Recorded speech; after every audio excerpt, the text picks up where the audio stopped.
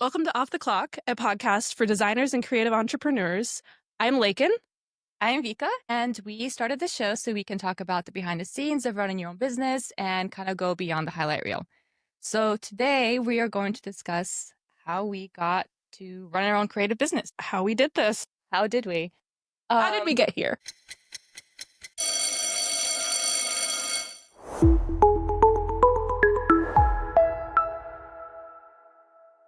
So I guess about us, me and you met working together.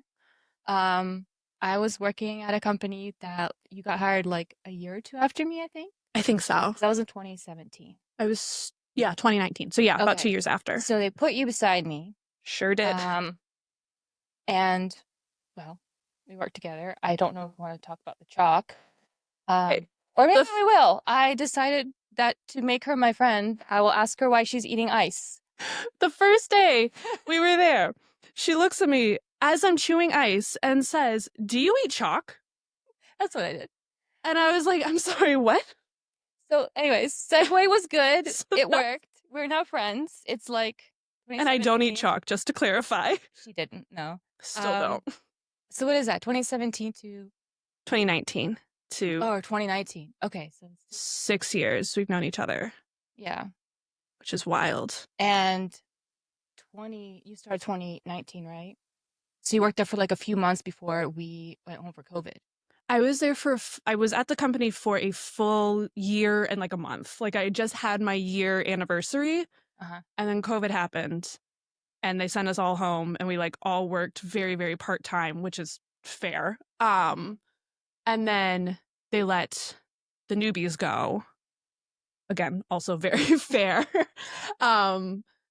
Yeah, so then that's how I got started because I was like, well, I have nowhere else to go. Like, I don't know what else to do. I had been freelancing like here and there on the side, like small projects and, worked with a couple different people. But then that was really like, okay, well, if I'm going to do it, this is going to have to be the time to do it because otherwise I don't know what I'm going to do. And thankfully it took off. It was the best possible outcome that I could have hoped for the first year of freelancing. Worst time to start a business. Correct. Yeah. Yeah. Don't recommend starting a business during a pandemic. However, it worked out as best as it possibly could have. And I've been doing that since then. So, but you've been doing it more, you just started more recently. I did. Yeah. So, since we're friends, we also hang out outside of work, especially during COVID, we couldn't really hang out during work anyway.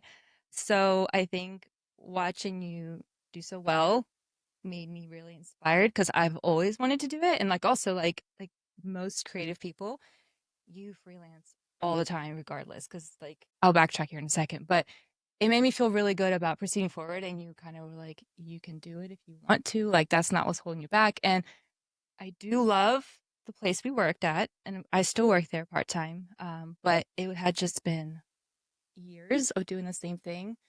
And when I went to school for it and then kind of had first tried it out, I had this idea that I was going to do my own business one day. And then, life happens and I was working at this, I guess they're kind of like an agency at this point. I don't know how to describe it. Yeah, I never know how to describe them, but yeah. Trade show company. Agency to an extent, but it's a design group, where they give you projects to do. So I worked there for so long and it was nice, but especially as you get older and then during COVID too, I was down to just a few hours a week too. And so you're like, okay, I worked at a deli. I did census. You did things to fill your time. Yeah. So I was like, okay, so also worst case scenario, if it doesn't work out, I'll work at the deli again, which is down the street anyway. So I was like, backup plan, I won't be on the street. There's jobs out there that are just not as fun. And before I worked at Mod too, well, that's where he worked. I had worked at a trucking company. And so I knew that I could figure out how to be a dispatcher. Was I great? No, it's very, very terrible. I was a bookkeeper. So I was like, everything's figure outable. Right. And I think that's the other thing too, that I kept telling, was if you hate it, you can always, you don't have to. You can always say, no, just kidding. I don't want to. You can take it back. It's not forever. It's not a forever. But it's the benefits definitely outweigh the negatives most days at least. And I think it depends what you want from it. Right. And that's, I think trying to figure out how to work. I wanted the challenge. Like, that's what I missed. Like, Yeah. you know, doing the same thing and the same type of design is fun. But at some point too, you're kind of like, or you're just kind of limited in what you can do and how far you can take a project. Right, exactly. There were so many parameters that you had to stay within that it not ruined the creativity, but like it definitely made it feel like you couldn't do as much because you also had to take into consideration what, other companies wanted. Like it wasn't like you were like doing brand design now, like where you work with someone and you get to explain why. A lot of it was just like, no, here's what we want. Now just make that for us, which is fine. That's what it was there for.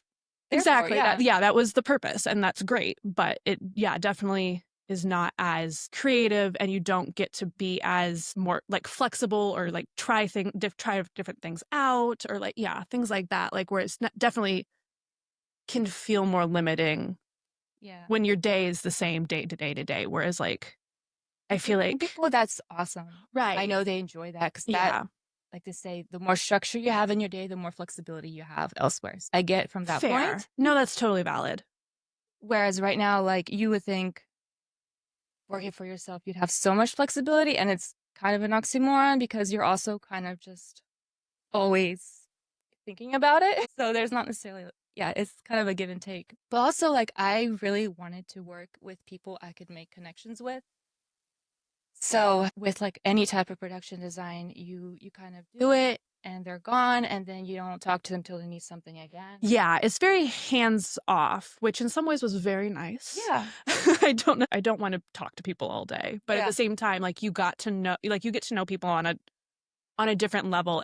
At least for me, I guess I would assume the same with you. Like it's people who are very passionate about what they do, and like are wanting to talk about like what they do and like are really excited for it. And when someone else is excited, it makes you excited, and then that helps too. Yeah. Whereas it was, more of, I think it seemed more as like a collaborative process when you're working one-on-one with someone, whereas like you're just being a service that's hired. You know what I mean? Like, I think it makes a difference in the relationship that you have with the person that you're working with.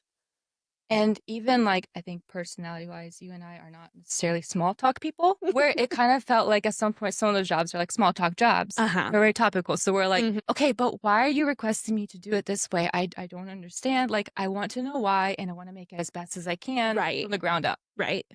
And usually it's really hard when you're working with a lot of people who have, a very quickly assembled identity, or they never really had the chance to build it out, whereas from 1994. Yeah, also the amount of people that like would send stuff and not have a vector logo, I'm like, there's not much I can do for you. It is astounding how you learn like, oh wow, there are some businesses out here who are just, and they get by. Yeah, who, I mean, which is fair, I guess. Do it. If it's not broke, don't fix it. But like, it might be a little broken if it's pixelated. I don't know. And I think too, like, I always want to fix. I know you are of that nature too, where you're like, it's broken. Can I fix it for you? And that's on being an eldest daughter. So it's really nice to be able to help people fix things. Yeah. Like, how can I help you? Like, I'm so excited because actually I have the tools to help you. And then they get excited. It's just like, I guess that my mood every day, even when it's like a harder day, I'm like, oh, I helped someone with something that matters to them. And I think too, it's so much more rewarding because you get to see the after. Like, you get to see them do better. You get to see them do better, how, they implement their branding or all of the new things that you give them, and to see people take that and be like, yes, I'm so excited about this that I'm going to like throw my heart and soul into it. Like it makes them excited, and then they do, incredible things, and you get to kind of not ride along on that journey with them, but you get to see kind of like, oh, where are they now, if you will? Yeah. Like it's motivating, and then it makes you like excited to do it again. Whereas, working with production design, unfortunately, is you often never get to see how they use it. Right. You don't. Yeah. And they might send a photo or two, but like that, and then that's the end of it though. Like, and maybe like, eventually like you could start that, but like when you're working in that type of style, you're not going to follow up with the hundreds of people you work with every day. I was going to say exactly when it's that not every day people, but no, I mean, in a week, you aren't going to, again, we're not small talk people either. So that might be more on the personality side of things. I don't know. But like, Yeah, it's just that you don't connect with people as much or as deeply. Like you don't get to know that much about people. Like we worked with a bunch of different industries, and I think that was definitely fun or like beneficial, especially when you got like a fun business with fun branding. Like it made it exciting. But like also then aren't like we weren't specialized special. It wasn't our specialty. Nothing was our specialty. Oh yeah, you're just kind I of can't think of the word. no industry was necessarily a Yeah. specialty. I guess trade shows were. Well, sure. Or a large format, but not necessarily. You didn't get to niche down by any Yeah. means. You didn't get to work with people you wanted to. Right. And that, yeah, I think that's the big thing is like, okay, like I, really like the ability honestly to just say no. If you feel like a project doesn't suit you or like And that's okay. There's so many people out there. exactly. There's so many designers out there that like there's a designer for everyone. If not, there's multiple. Like being able to have the freedom to say no if it doesn't fit what you're good at. Like I don't know if that came easier for you than for me. But it's like the ability to say no, but also all of a sudden, like I was just a yes person because that's how you work, like whatever you're given, that's what you say yes to. And that was a good worker. And whereas when you're running your own thing, the more you say yes you're not outputting the good work. Right. Because or not as good as you could be. Right. You can't say yes to everything. Otherwise you're going to burn yourself out. Yeah. Which I've learned that the hard way. I mean, yeah, no, it definitely like burnout is real, especially like because you're not only now taking on the workload, you're taking on the mental load of everything else that comes with running a business, like billing and scheduling, and God forbid you try to throw in your own marketing there. You're your like own salesperson. Exactly. You're your own everything, which is great because again, I don't personally want employees. I don't want to be in charge of people. No one should put me in charge of people. In charge of myself. I can barely be in charge of myself some days. Like, yeah. But I don't remember where I was even going with this, but like just being able to say, not even being able to say no or learning to say no, I'm still learning. Yeah. Like, yeah. And you think you're doing something good by saying yes because you're helping someone else out, but in the end it doesn't work out the same way. Yeah. No, that was a huge thing, like especially just starting, not even like to help someone out, but to just be like to get jobs coming to get because it's like, okay, well now I'm relying on myself for my income, and that's scary.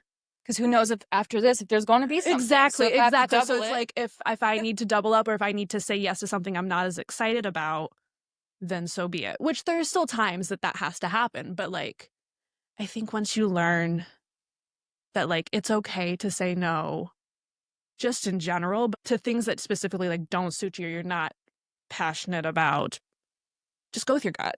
Honestly, like going with the gut. There is a gut. Yeah, that thing's pretty accurate. It does its thing. I remember, the first year, there were certain instances where you would talk about how like I was learning by like watching you. You were learning from my dumpster fire. Great. I got to learn, and that's why I think we bring good perspectives is because you learned it, and then I might have learned from you, but then I messed it up my own way. Because obviously I'm doing a lot of same mistakes that you're like, you should know better. Well, that's the thing. There's not a playbook for this.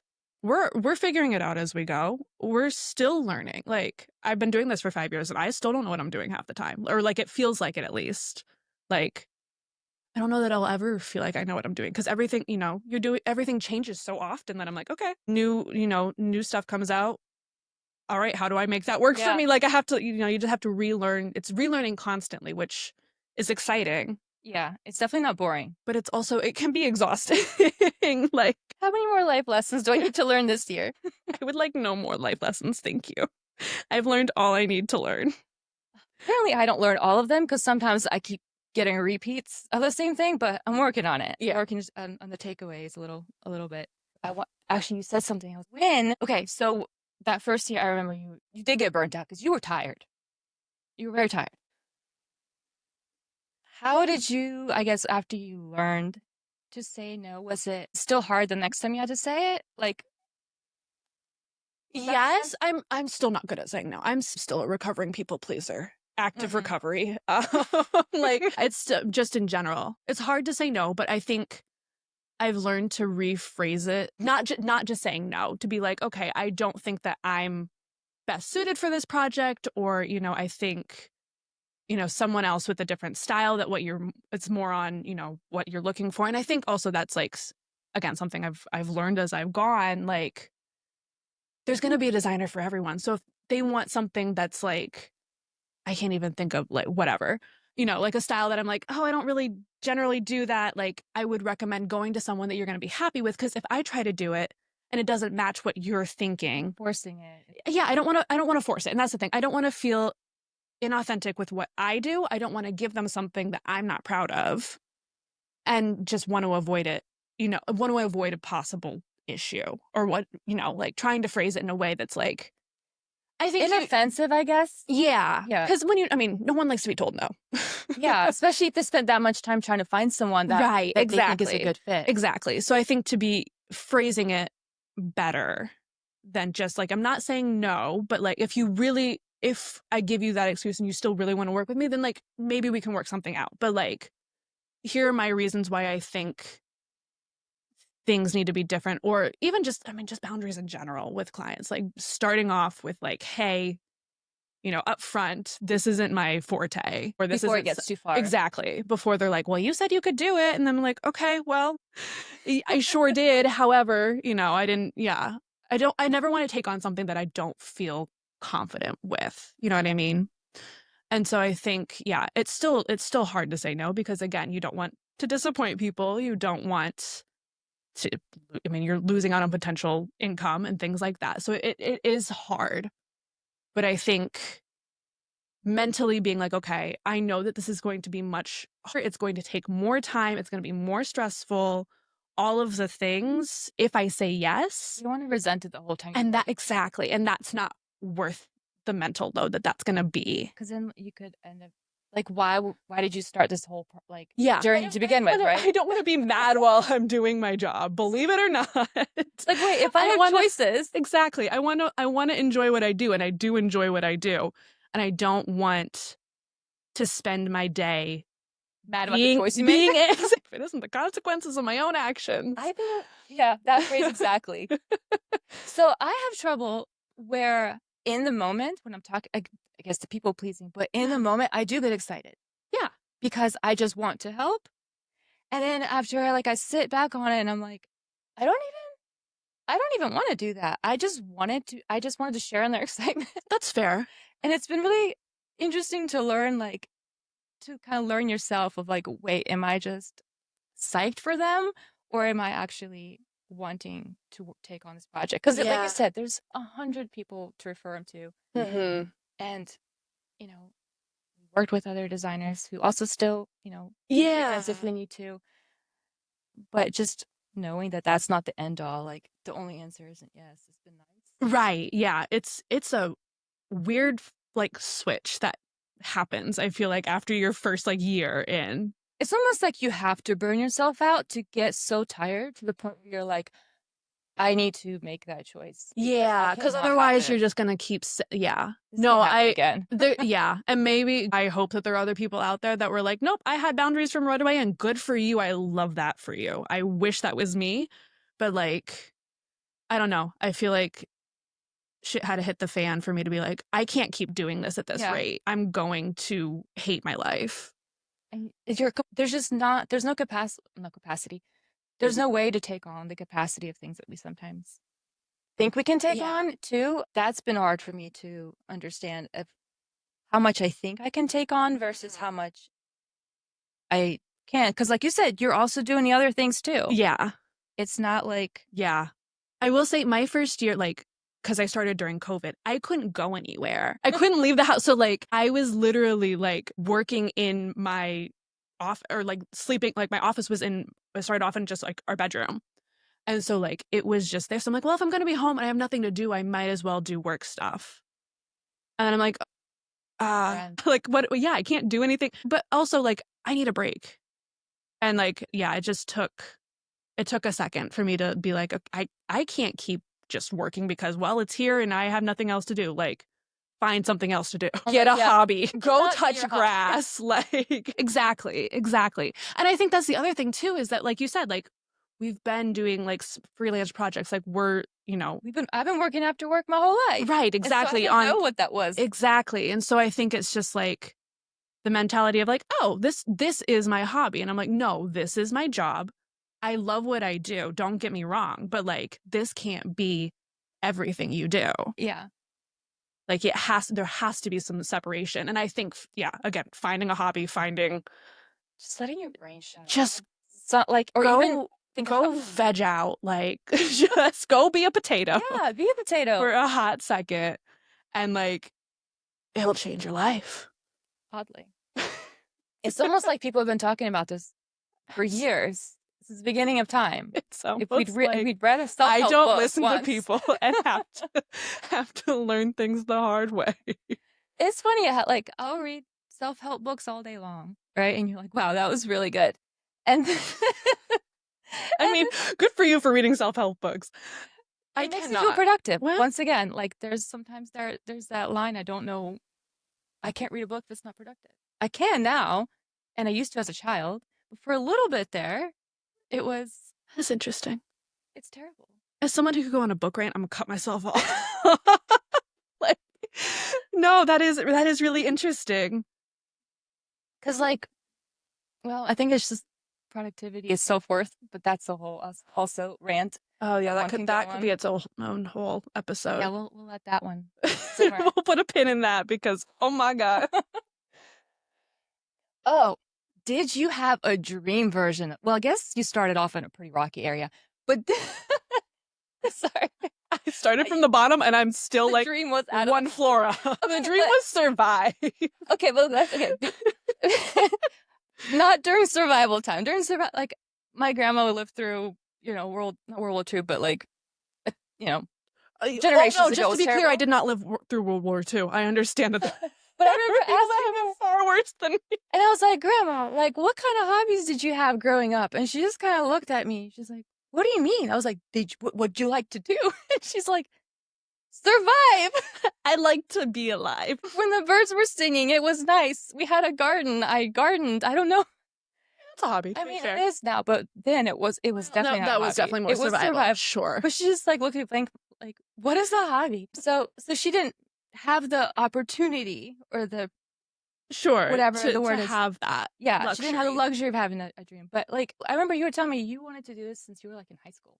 Yeah. Well, yeah, not necessarily like freelance per se, but like I knew pretty early on that I wanted to do graphic design. So like, which again, very fortunate like position to be in. So my high school did like internships. Like they would do, so 1 week we would do a senior trip, but the week before, while everyone else was doing like kind of like a short 2-week one-off class, I went to a private high school. So again, very, very privileged thing. But while everyone else was doing that, the seniors would do 1 week of internship. That's very smart that they did that. And so you had to make your own connections. You had to get your own internships. Like you had to go figure out based on what you kind of thought you maybe wanted to do. And so, but you had to do 2. So you would do, I think it was 2 days and 2 days. And so one of my really good friends who I did yearbook with, her sister was the graphic designer at the local college in town. And I was like, that actually sounds great. Like I've known her family for forever. I was, knew her sister. And I was like, also, it's not a stranger. Well, Exactly. Yeah, like it's not a stranger. This sounds ideal. So yeah, I had went and shadowed with her. And yeah, I was just like, okay, this is actually something that like, even on a corporate level or, on a very, not freelance level, I was like, this seems like something like, I like doing art. I could not do what you do. I am not. What I do? Yeah. Oh, I was like, what? What do you mean? Oh, well, you do the painting. That's like I cannot. You do the painting too. You just no. You just do different projects, but no. Like I was like, I understand that like I could not be like art, like fine art artist. I was like, but I still wanted to do something creative, yeah. Exactly. And so I was like, this feels like the next best option. So yeah, so like I did that and then was like, okay, yeah. So then that's what I went to school for and all of that, and like was probably one of the only people that like when I started college that I was friends with that like had like declared a major. Cause I mean, which is so valid. Like when you're 18, you don't know what you want to do. Unless it's just the kids that want to be a doctor. Yeah. Also that no one put a scalpel in my hand. Nobody. I will stab myself on accident. Like let's not do that. I can't math and science. I'm not a woman in STEM. But yeah, so like I think I was like legitimately one of the only people in my friend group when we first started college that knew that had like a major declared, which is crazy. So yeah, I mean, For an 18-year-old, exactly, to know what they want to do, just be like, yeah, this is what I want to do, and like actually stick with it. Also, is like, I mean, people change their majors all the time. Yeah, and you're still sticking with it. I'm obviously, still you sticking committed with to it. Yeah, like it's so. Yeah, I mean, yes, I knew from a fairly early age, like that's kind of the direction I at least wanted to go in. But yeah, freelancing wasn't necessarily a thing that I was like, yeah, let me, jump in. Like that's not something Not that style of it, maybe. Yeah, or like had thought about it, but was like, well, like maybe, in 5 years into, a not now plan. Because again, when I started doing design as like my first big girl design job, I was 22. But I think that's like, I love that. I think that everyone should start working for someone for a little bit. Yeah. And they don't have to, but I learned so much just interacting and just the different, like, what I did love about like working in production is when you are proofing how other people work, you get to see that there's like 700 different ways to set up a file, right, quote unquote, correctly.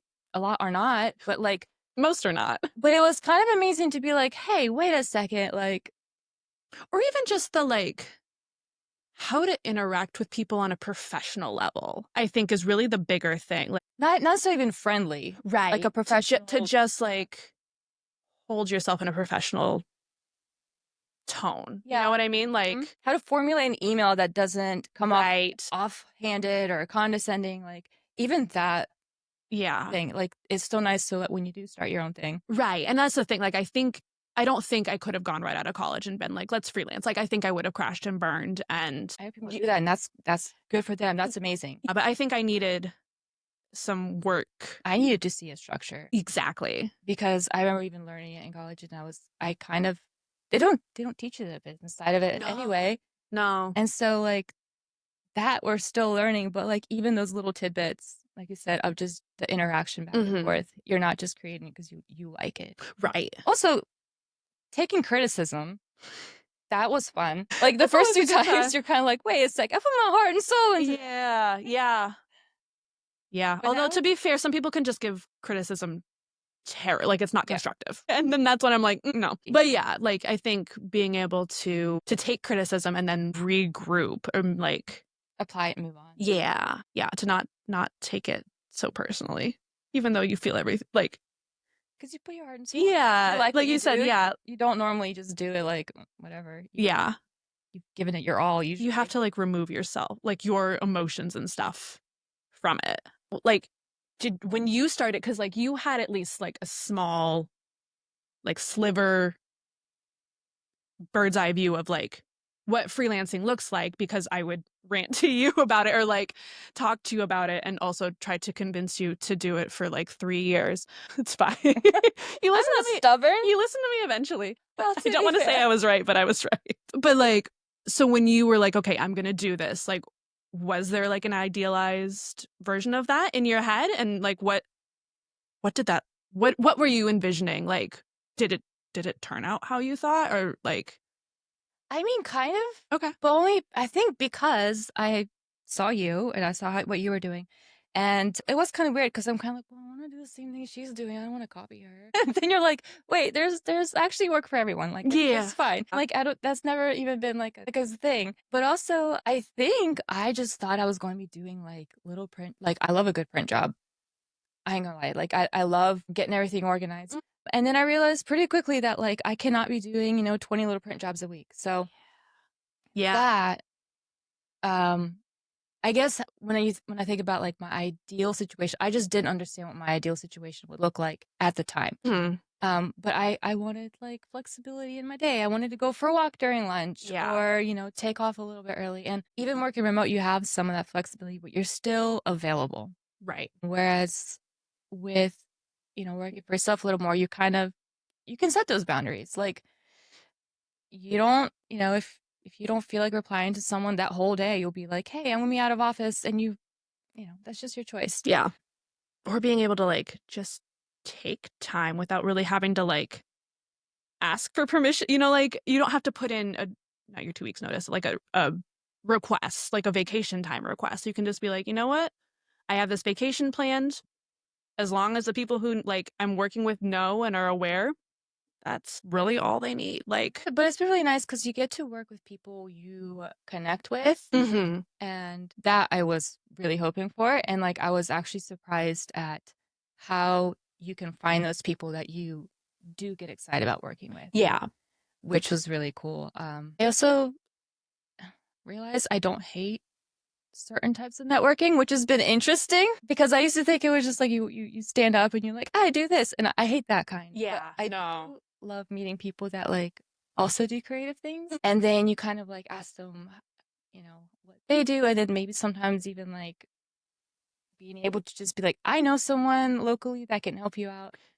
And like you said, for those moments where it's not a good fit, yeah, it might be a good fit for. Yeah, no, I wish I did more of that. That's one thing that I'm like, but again, I don't like small talk. I think that's like with people like that, you don't have That's very small true. talk. Yeah, when like, because it's not necessarily like the networking, like you said, but like you're like, hi, my name's this is what I do. Type, yeah, like here's my business card. Like, no, I don't want to do that. It's more like you find someone on Instagram, you're like, oh, like I really like my clients keep asking for social media marketing. I hate it. Can I talk to you and then send people over? And that's kind of cool because you can still help people. Right. You don't want to do that project. Yeah.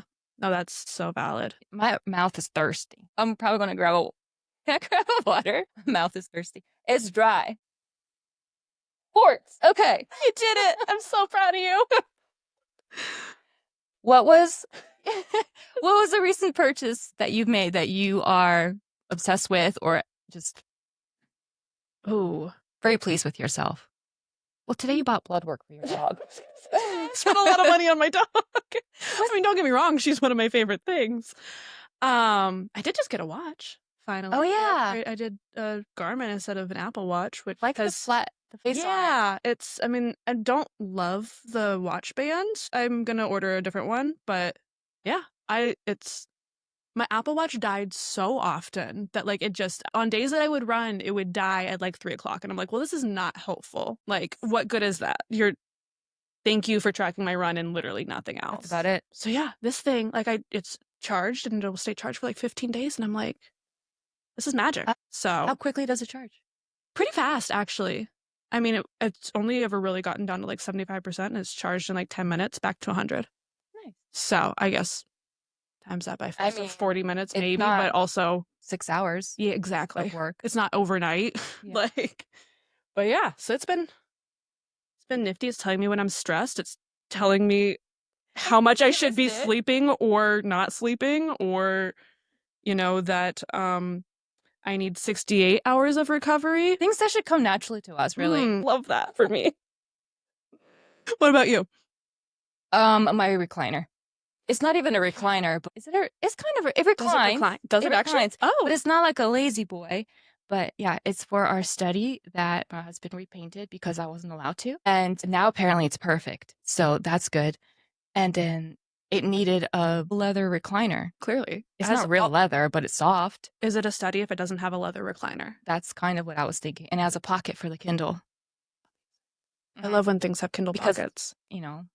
All pockets I could lose my Kindle. All pockets are Kindle pockets, if you ask me. True. That's true. So, but now I just need a lamp. Because vibes, and there's only one lamp. And that's not enough of a vibe. Overhead lighting is not the vibe of a study. No. You don't need fluorescent LED lights. So next time I'm going to tell you about You're going to tell me about your lamp? My sconce. Okay. Yeah. I love it. I love to hear about it. Thank you so much for your rapt attention. If they've made it this far, they have rapt attention. If made it this far, hats off to you. Thank you so much. And we will be back. We'll be back. At some point.